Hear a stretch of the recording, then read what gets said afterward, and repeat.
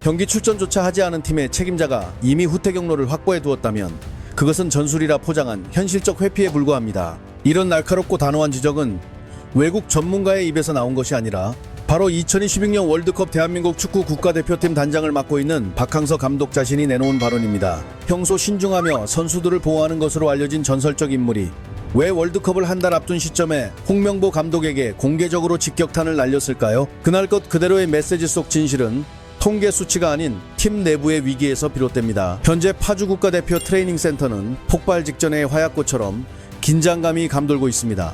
국민 여론은 절망과 혼란 속에 빠져 있으며 이는 세계 최강팀들과의 대결 때문이 아니라 홍명보 감독 사령탑 주변에서 퍼져나오는 부정적이고 위축된 에너지 탓입니다.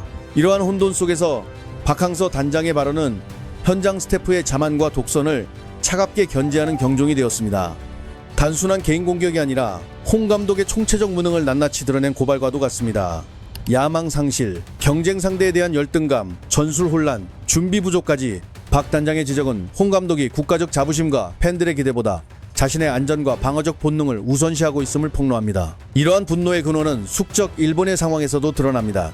일본은 카오루, 미토마, 타쿠미, 미나미노 같은 핵심 주전 선수들이 연이어 부상으로 전력 손실을 입었음에도 모리아스 감독은 국제 언론 앞에서 당당하게 목표는 월드컵 우승이라고 선언했습니다. 그들의 태도는 거대한 축구 강국의 전략이자 위기 앞에 최종 스포트를 올려야 하는 결정적 시점에 팀 사기를 끌어올려야 할 사령탑이 오히려 언론을 통해 일본 축구를 무조건 칭송하는 발언을 반복했습니다. 그는 일본이 아시아 최고 수준의 축구를 보여주고 있으며 한국 선수들은 상대가 완벽한 시스템을 만들기 위해 30년의 시간을 투자했다는 사실을 받아들여야 한다고 주장했습니다. 그러나 더 분노를 자아낸 부분은 상대를 이상화한 뒤 홍 감독이 칼날을 제자들에게 향해 한국 대표팀 선수들이 경기 중 공을 잃는 것에 집착하며 심리적 공포와 강박에 시달린다고 공개적으로 지적한 대목입니다. 이 발언이 바로 박항서 단장의 경로를 촉발한 핵심 원인이었습니다. 그의 트레이드마크 철학과 정면으로 배치되었기 때문입니다.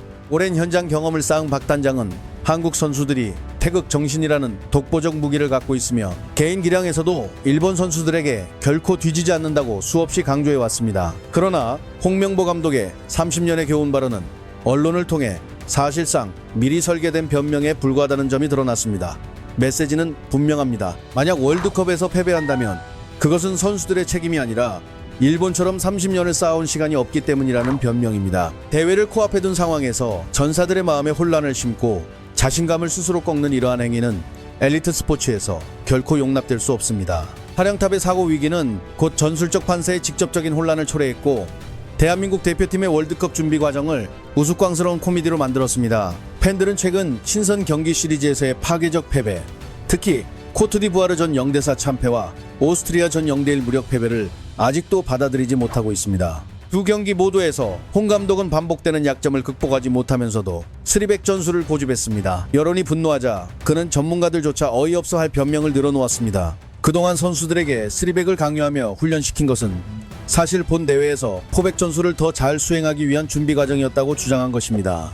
이러한 논리는 즉시 분석가들에 의해 반박되었으며 이 변화는 장기적 전술 안목이 아닌 언론 압박과 공포심에서 나온 것임이 분명했습니다. 불과 몇 주 만에 수비 철학을 완전히 뒤집는 결정은 선수들이 지난 1년간 쌓아온 조직력과 팀워크를 감독 스스로 허물어버린 셈입니다. 홍 감독의 전술적 사고의 가벼움과 일관성 결연은 친선 경기 평가전 상대 선정에서도 그대로 드러났습니다. 다른 팀들은 멕시코나 체코처럼 마지막 점검을 위해 강력한 상대를 택했지만 홍 감독은 피파 랭킹에서 한국보다 70계단 이상 낮은 트리니다드 토바고와 엘살바도르를 상대로 평가전을 치렀습니다. 질문을 받자 그는 더 강한 상대를 구하지 못한 것은 축구협회의 시스템 문제라고 책임을 돌렸습니다. 하지만 월드컵이라는 거대한 도전을 이끄는 사령탑으로서 그는 책임에서 결코 벗어날 수 없으며 부실한 수비 시스템을 이끌고 약체 상대와 평가전을 치른 것은 자기 기만일 뿐입니다.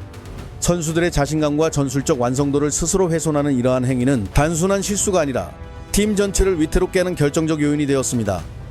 이러한 접근은 전술적 문제를 전혀 해결하지 못하며 약체가 없는 월드컵 무대에 맞서기 전 잠깐의 심리적 마취제와 가짜 결속감만을 심어줄 뿐입니다. 연이은 조직적 실책은 대한민국 대표팀을 더 큰 위기로 몰아가고 있으며 이는 황금세대에게 가해진 배신과도 같습니다. 최전성기에 있으면서도 부상과 회복 과정으로 고통받는 이강인, 김민재, 박용우 등 핵심 선수들의 상황에서 한국 축구는 지금처럼 전력 누수가 심하고 강력한 정신적 지주가 필요한 적이 없었습니다. 이처럼 위태로운 시점에서 지도자는 불타는 열정과 흩어진 조각들을 하나로 묶어주는 접착제 역할을 해야 합니다. 더욱 안타까운 사실은 이번 대회가 한민족의 상징이자 자부심인 손흥민에게 사실상 마지막 월드컵이 될 것이라는 점입니다. 2022년 월드컵을 손흥민의 끊임없는 헌신에 걸맞은 웅장하고 영광스러운 피날레로 장식해야 할 시점에 홍명보 감독은 오히려 책임 회피와 의미 없는 약속으로 이 무대를 혼탁하게 만들고 있습니다.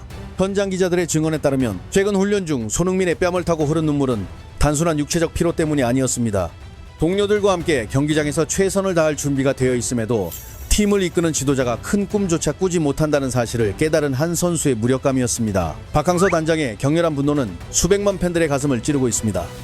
만약 감독이 세계적 수준의 선수들을 믿지 못하고 압박감 앞에서 보호는커녕 자신의 안위를 위해 선수들의 가치를 깎아내리는 선택을 했다면 그것은 국가적 신뢰를 짓밟는 잔혹한 행위입니다. 이 사태는 곧 대한민국 전역에 전례 없는 미디어 폭풍을 일으켰습니다. 대형 포털 사이트의 커뮤니티에는 홍명보 감독을 비난하는 수만 개 댓글이 쏟아졌고 관련 기사들은 실시간 트렌드 상위를 차지했습니다. 지상파 방송사들은 전직 축구 레전드를 초청해 긴급 토론회를 개최했고 박항서 단장의 경고는 한국 축구가 패배주의적 사고로 월드컵에 임하고 있음을 폭로하며 미래에 대한 적신호임을 강조했습니다. 해외 권위 있는 매체들도 한국이 세계 최고의 스타를 보유하고도 실패를 두려워하는 전략적 한계에 발목이 잡혔다는 헤드라인으로 이 사태를 보도했습니다. 팬들은 대회 개막이 며칠 남지 않은 상황에서도 코칭 스태프의 즉각적인 개혁을 요구하기 시작했습니다.